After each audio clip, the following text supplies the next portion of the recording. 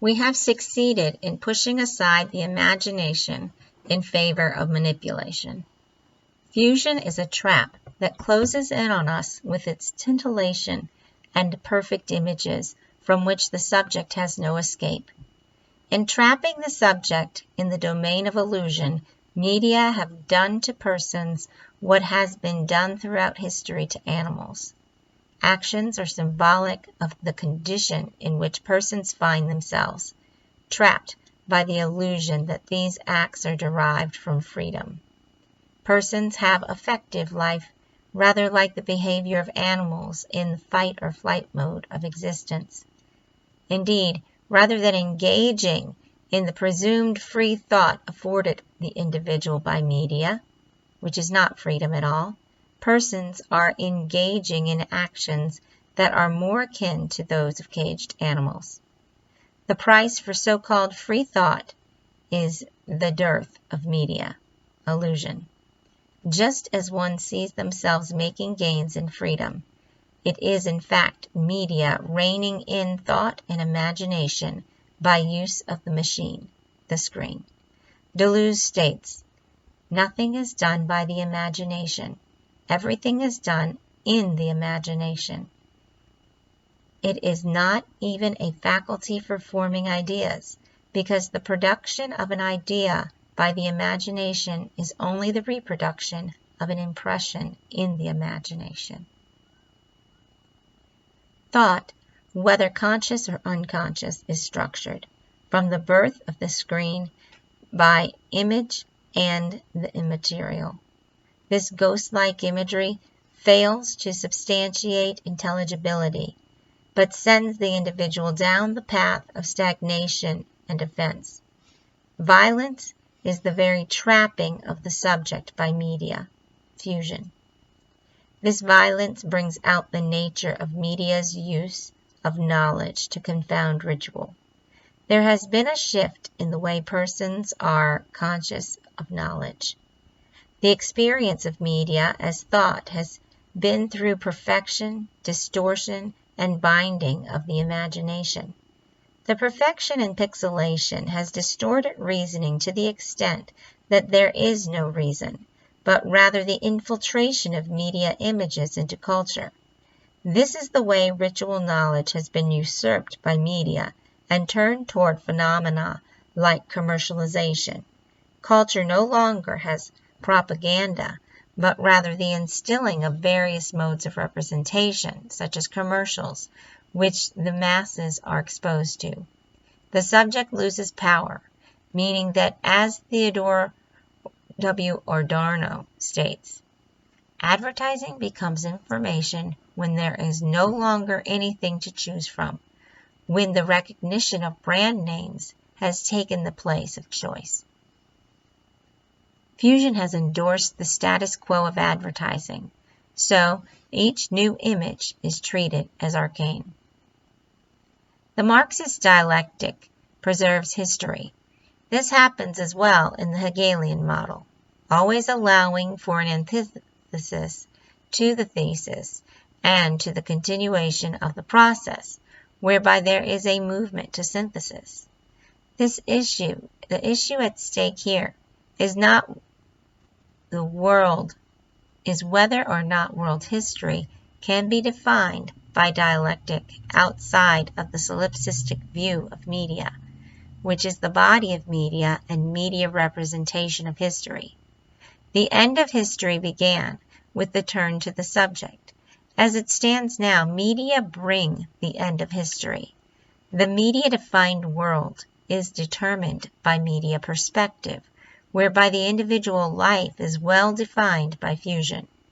It is noted the history of the world is defined by media. With fusion, the individual experiences media's version of history as part of their subjectivity. This is the nature of fusion, and suggests our world and history are subjective. Moreover, subjectivity is determined by media, and any attempts to make it otherwise are unredeemed.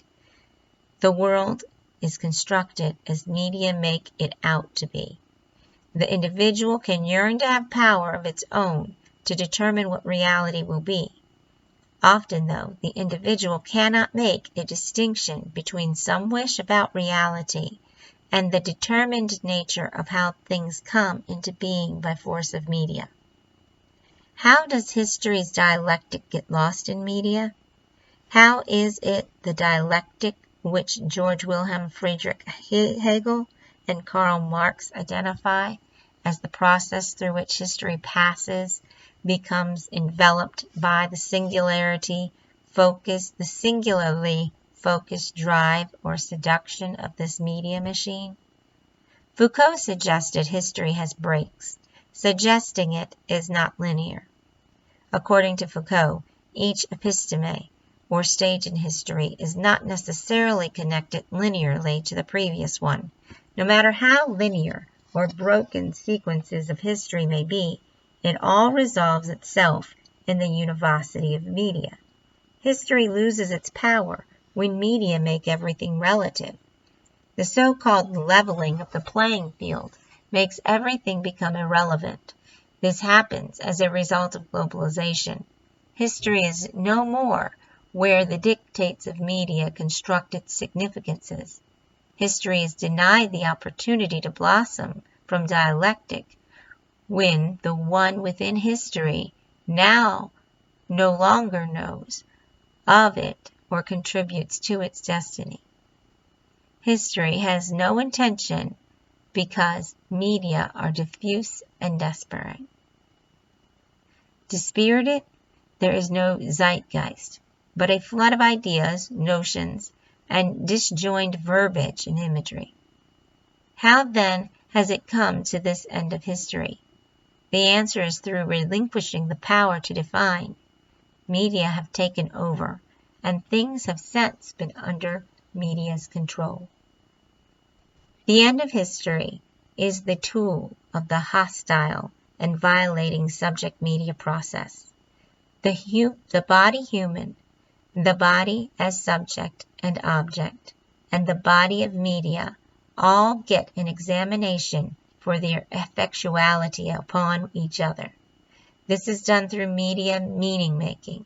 The advancement of fusion is upon individuals and their relationships. This is exactly where the screen weaver, that one with which there is no folly, meets up with the postmodern paradigm. The postmodern movement toward no truth gives inroads for the manipulation of bodies, virtual bodies, by media, which prescribe to all and inscribe on their territories their notions. Ritual has been replaced by media. There are new myths to support media events, with their global effects and illustrious information sharing instead of truth sharing. Baudrillard exclaims, "You don't have to be politically aware to realize that after the famous dustbins of history, we are now seeing the dustbins of information. Now information may well be a myth, but this alternative myth, the modern substitute for all other values, has been rammed down our throats incessantly." Persons then understand truth comes from their singular, isolated, and violated self, which is the experience of media. As philosophers like Richard Rorty and Hilary Lawson have noted, objectivity and empiricism no longer preside over the postmodern world and its condition, but rather contingency and relativity. Therefore, the body in the real world feels foreign, and one feels dissociated. That is the result of fusion.